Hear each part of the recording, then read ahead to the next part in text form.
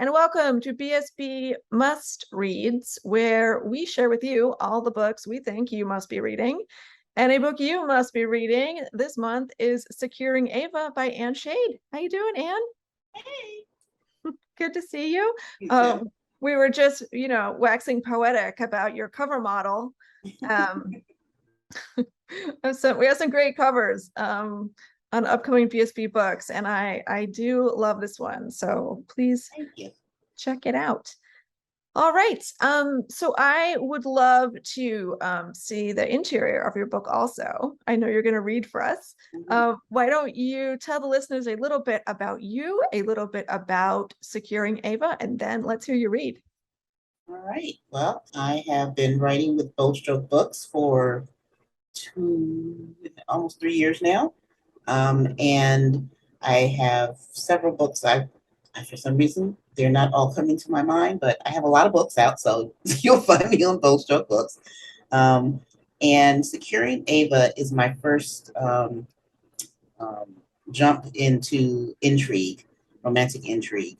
I try and do something different every time. I don't limit myself to particular genres. And so Securing Ava kind of came to me, and Paige, the cover model, I saw her picture and instantly knew that this was a story for her. So Securing Ava is about Paige, who is a former surveillance specialist in the Marines, kind of a secret spy agent.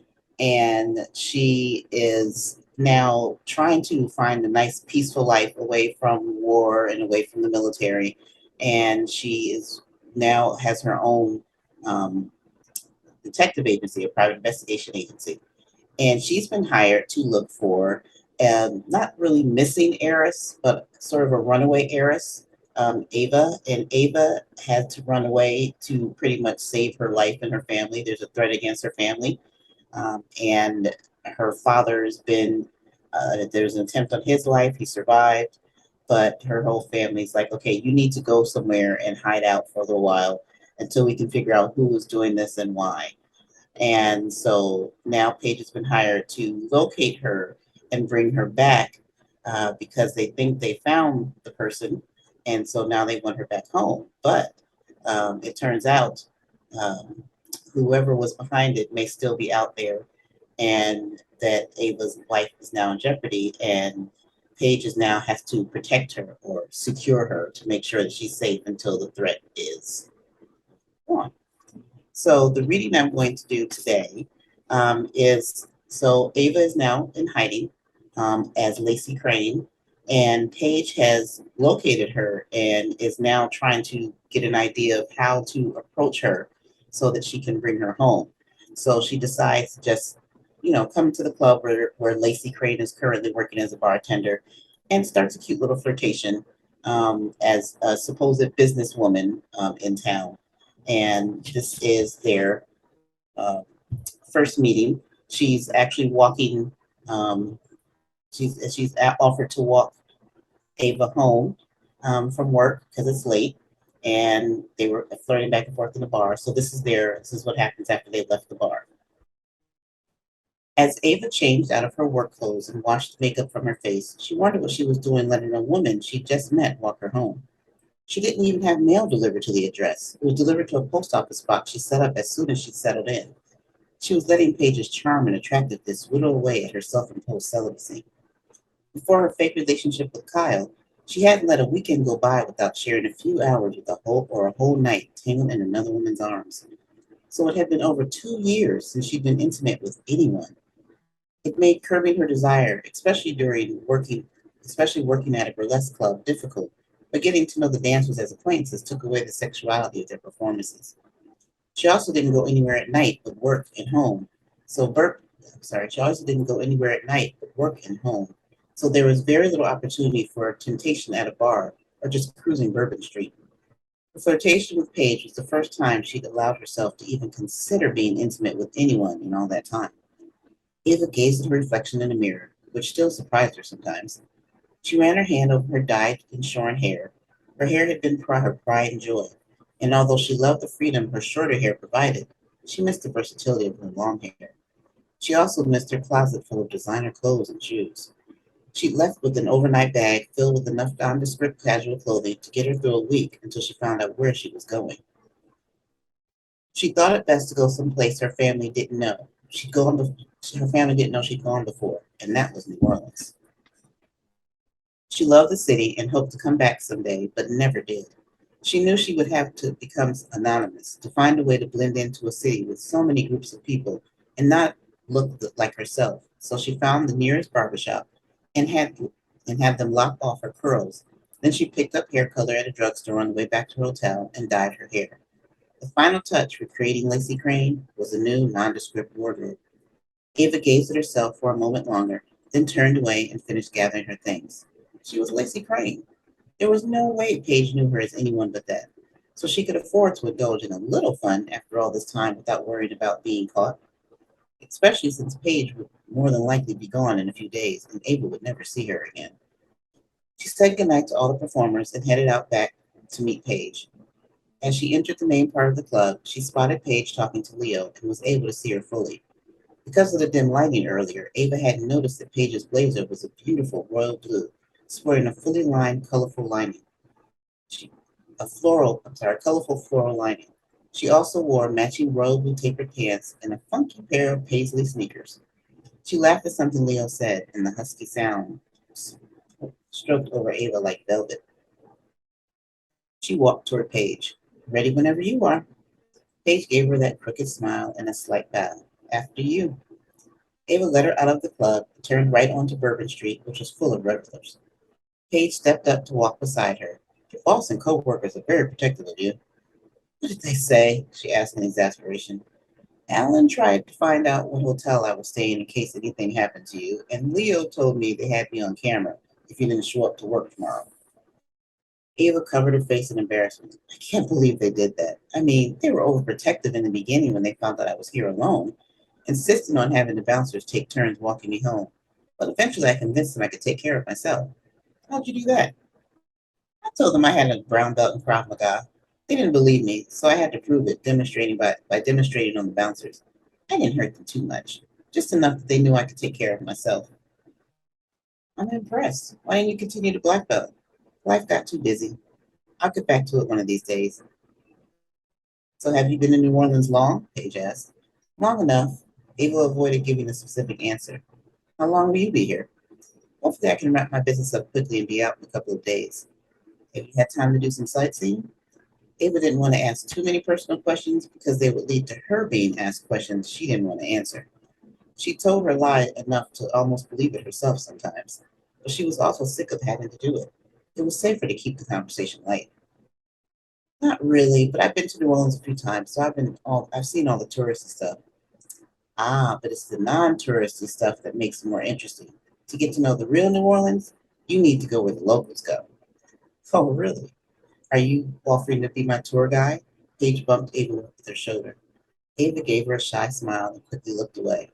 She wasn't used to feeling so bashful around a woman. She liked being the one in control, the one making women blush and giggle girlishly while she charmed and seduced them. For once, she didn't mind not being the aggressor. Maybe if you're still in town on Tuesday or Wednesday, those are my nights off. What's wrong with her? She shouldn't be offering to make any plans, whether they were for tomorrow or a week from now. She may not be here herself. I like that, Paige said. They strolled together in silence until they were within the view of Ava's apartment building. Well, this is me, just up ahead. Thank you for escorting me home. Ava was suddenly nervous. Other than Alan, this was the first person she'd brought anywhere near her personal domain since moving in. Thank you for allowing me to, even though you could probably kick my ass, Miss Brown Belt and Krav Maga. Paige teased her. Ava smiled in amusement. I'm glad you didn't give me any reason to. Losing herself in Paige's dark eyes, Ava found she didn't want to walk away. She didn't want to spend another night alone. Would you like to come up for a quick drink? We have seltzer, but no limes. Paige frowned thoughtfully. I don't know. No limes could be a deal breaker. Oh, well, if that's the case. But I think I could deal with it, she quickly said. Okay, then. Ava ignored the little voice in her head that kept her distant from anyone who tried to get close. They walked to the second floor landing where her apartment was located, and she stopped. That's strange. What? Since I get home so late, I have my lights on the timer to come on at 8 o'clock so that I don't come home to a dark apartment. They're not on. Ava moved toward her door, but was stopped by Paige's hand on her shoulder. Wait, do you mind if I go in first? Paige asked. Ava looked worriedly toward her apartment door. It didn't appear to be open or unlocked. Maybe I accidentally switched the timer off and don't remember. Do you really believe that may be the case? Ava shook her head and handed Paige her key. Get behind me, Paige said, moving toward the door.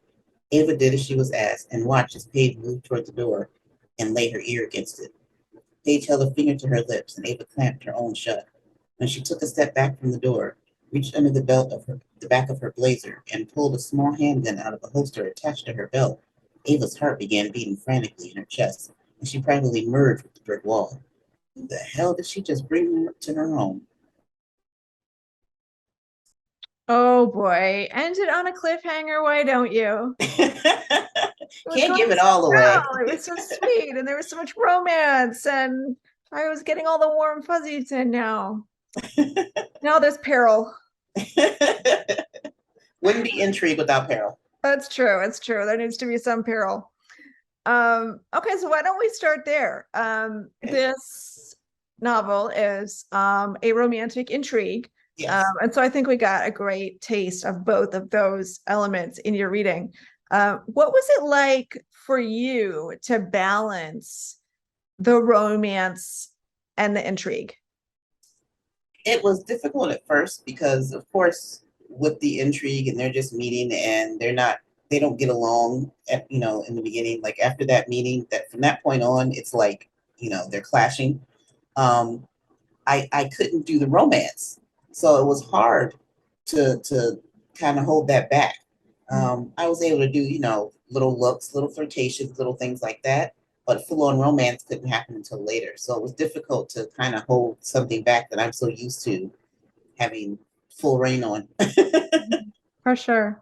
Yeah. And then figuring out how do you still build that tension, right? How do Exactly. you, yeah, because that's definitely part of the romance arc where they want to, but they can't. Yes, and that's exactly what it is. I had to do that, should they or shouldn't they, do they or don't they? And, so there was a lot of that going on.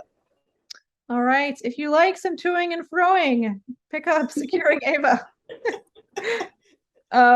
Okay, so tell us a little bit about Paige and Ava. What is it that attracts them to one another?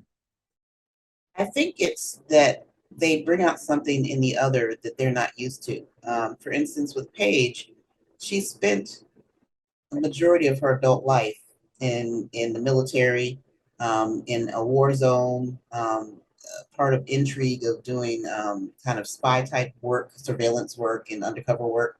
So she's now looking for some peace and quiet in her life, and Oh, she doesn't. she's gonna get that, right? Totally get Nah. that. So Ava kind of make reminds her that there's something else missing.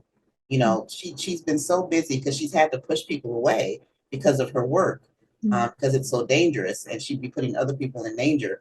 That now that she can settle down, she's realizing, okay, I think I might want somebody in my life now. I think I might want to share this with someone.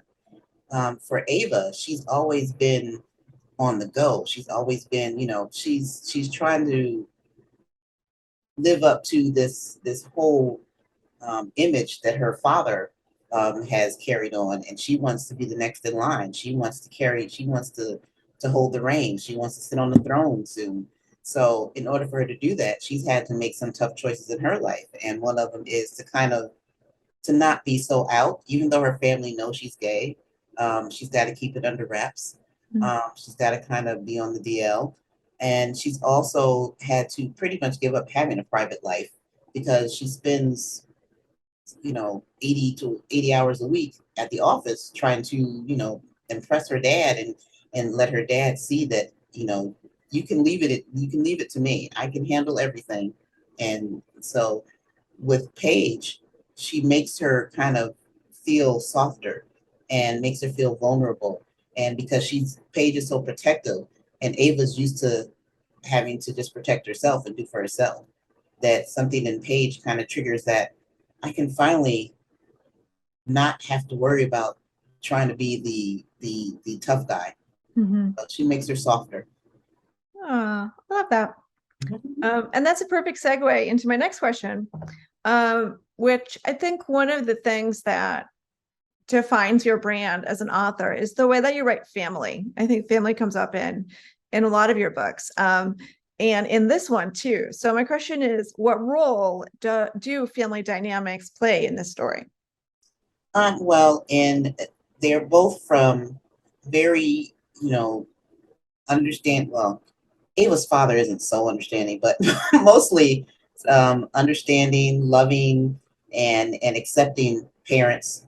Um, Ava's an only child, so she doesn't have siblings, but her parents are her world and her everything, and to them, she's their world and everything. With Paige, she has siblings. She's from a military family, but there was still a lot of love. There was still a lot of acceptance. So they're both very secure women because of that family dynamic. And their family, and you'll find out where Paige's family kind of comes in later on, kind of plays a role in how, where their lives took off. And then there's also the found family that that Paige has. So she's got quite a bit of found family that she's picked up along the way with her military, um, former military friends and people that she's connected with, with her parents. So Yeah. it's family is very important. Awesome. I love that.